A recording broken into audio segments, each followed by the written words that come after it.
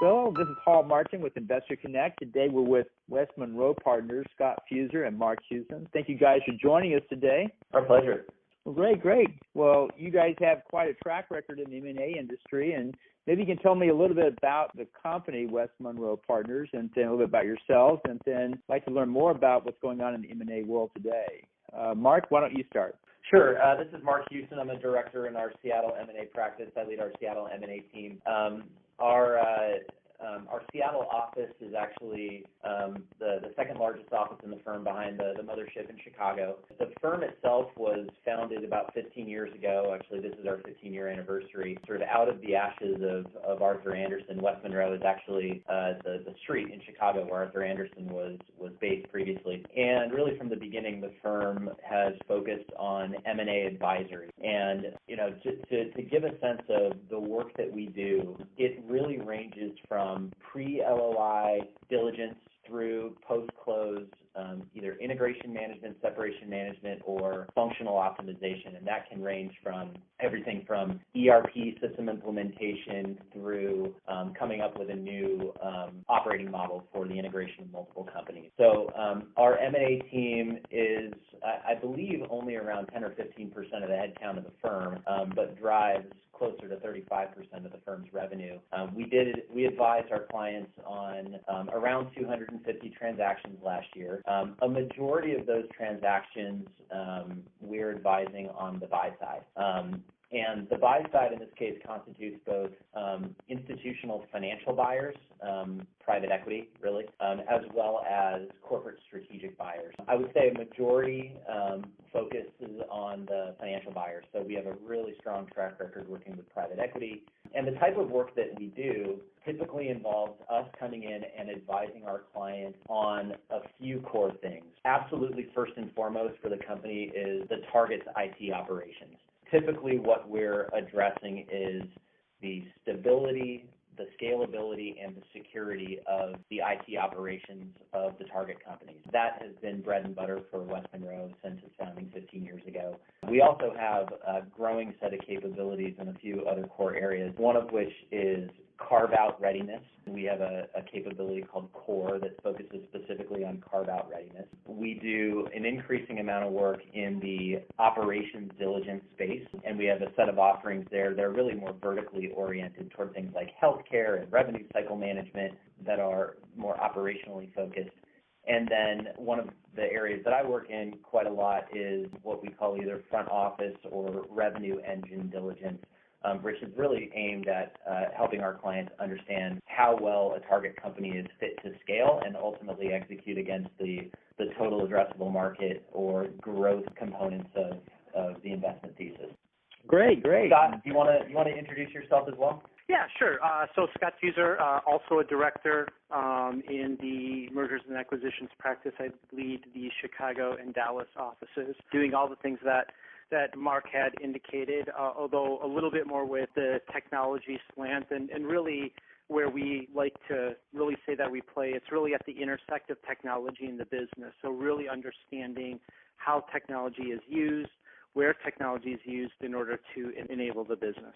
Well, that's great. That's good overview. And maybe you guys can talk a little bit about what are the current trends you're seeing in the M&A space these days that impact valuation and how the deals are getting done. Maybe, Mark, you want to kick it off there? Yeah, I think, first of all, the space is incredibly congested and competitive. And I don't think we're saying anything that other folks don't already know. I mean, there's been a huge influx of foreign investment, which has made the space in general a lot more competitive. You're going to have multiple bidders on deals where that maybe was less common in the past. I think the velocity on deals has increased substantially. So very often when we're called in, it's to be able to execute a set of diligence activities in a matter of 1 to 3 weeks. And that's really where we thrive. The projects that we do on the diligence side, at least, tend to last anywhere from 1 to 3 weeks. And using a very lean senior team where we're pulling in subject matter experts from various other West Monroe practices to advise on things like customer experience or security and infrastructure or cyber or analytics or what have you. So, we have to be very, very nimble because our clients, the buyers, have to be very, very nimble in the current environment. Scott, what else would you add?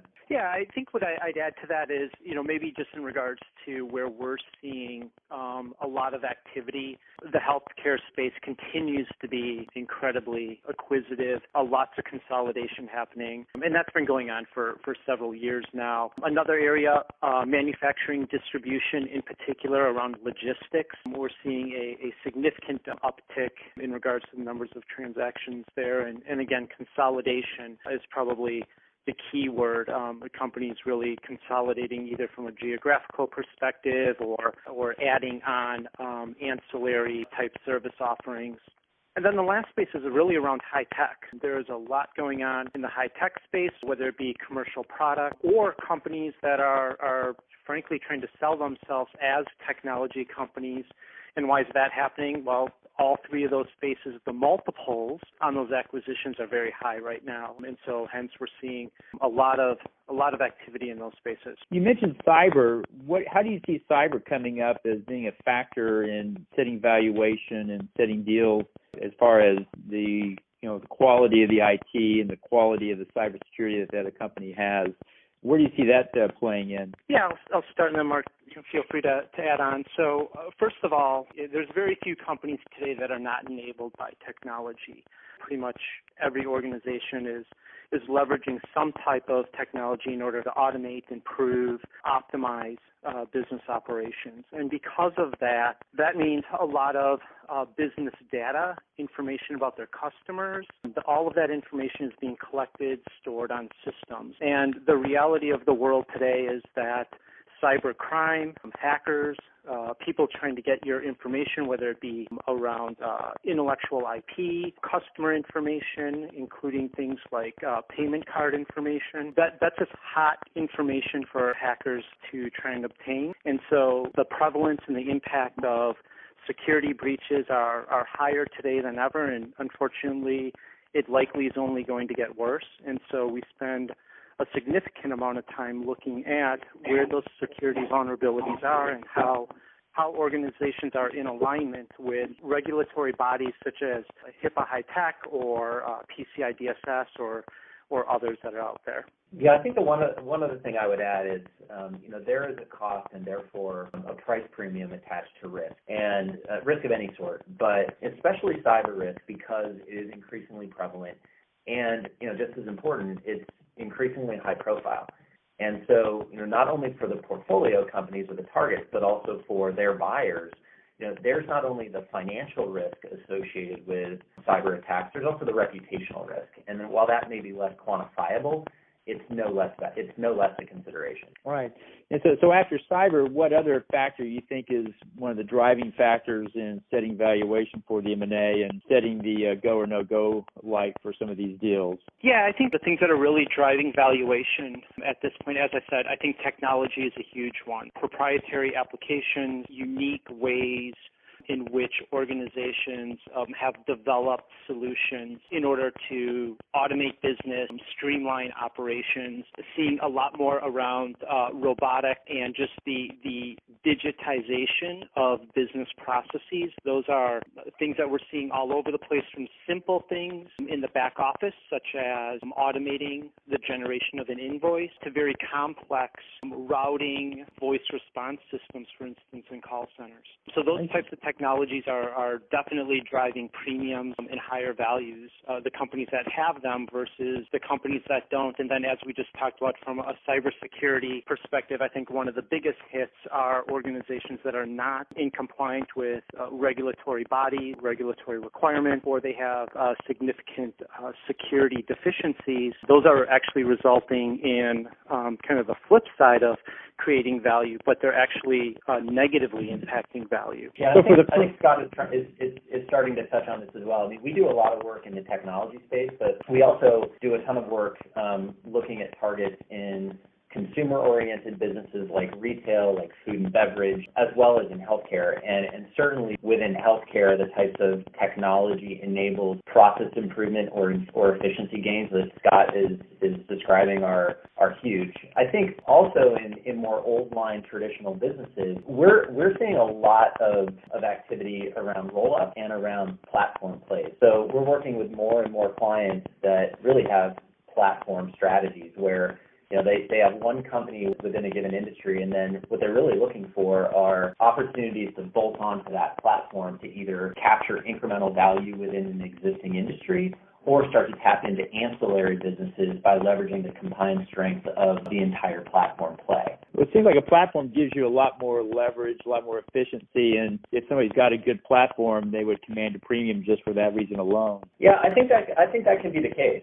Certainly, I think the platform plays for the bigger PE buyers that we work with also create some negotiating leverage. But yeah, I think you're absolutely right. Yeah, I'd agree with that. I think we're seeing two things going on from this perspective. One is if you look at the growth strategies for just about every acquisition, if it's a new acquisition base for a particular PE firm, they're buying that to make it the platform to do add-on acquisitions too. The other thing that we're seeing is the hold period on the companies that are the platforms in the portfolio. We're seeing those hold periods be longer. Traditional is kind of the 3 to 5, 5 to 7 years, and now we're definitely seeing much more of the 5 to 7 and sometimes even a little bit longer. And why are we seeing that? Why are people holding on to these deals longer? I would say, Mark, then jump in. I think it's attributable to a couple of things. One is the add-on acquisitions in order to get the returns for those acquisitions and the returns on the investment thesis. It's taking a little bit longer, so they're holding them longer. I think the other reason is if you look at on the market right now, there's fewer quality transactions that are out there, which is making it harder to go out and find replacements to refill the portfolio, after you make a divestiture. So I think those two things, in particular, the first part of that, just taking it longer to get to the investment thesis because of the additional add-ons. Yeah, I completely agree. I think as the complexity of deals, sophistication of deals has increased, especially as it relates to something like a platform play, almost by necessity, the hold period needs to extend so that they can extract full value from the entire portfolio of transactions. Well, that's good insight. Last question I had was valuations. Where are they? Are they going up? Are they going down, holding steady? Where do you think they'll go? I think it's anyone's guess where they're going to go from here. I think, certainly over the last couple of years, valuations have been crazy. Whether that sustains itself is anybody's guess, especially in the current economic environment. But, over the last couple of years, they have been pretty crazy, in part because equity markets have been out of control, in part because money has still remained relatively cheap as the Fed, hasn't increased rates, and in part because of the what I mentioned at the outset, huge influx of foreign capital. So where's the foreign capital coming from? What part of the world? We see a lot of that here in the Northwest. Tons of Asian capital flowing into Vancouver, into Seattle, into Portland. I know that the same is true in the Bay Area, but also the Middle East for sure. And a lot of that has happened as some of the Asian economies especially have slowed down. Their core GDP growth has slowed down as they've been looking for other sources of returns elsewhere. I agree. I think we're seeing the same thing even, for instance, in the Dallas market. We're seeing a pretty big influx of foreign capital into the marketplace, whether it be things like Toyota relocating global headquarters to Plano, Texas, or the like. So definitely seeing a lot of external capital coming in. I would say my experience has been, and where I'm seeing it most, is primarily, as Mark had said, from Asia in particular. That's great. Well, in our closing moments here, are there any final words you'd like to say, Mark? No, I appreciate the opportunity to talk with you. I mean, we love sharing our perspectives. I mean, we do, as I said, hundreds of deals a year. And so, just happy to have the opportunity to talk with you and share some of our ideas. It was wonderful speaking with you, and look forward to hopefully other opportunities to share some more of our experiences. Well, thank you guys for coming on and sharing your vision of how things are going on out there, and hope to have you back to talk about other topics like this. Again, thank you so much for your time. Thank you. Thank you.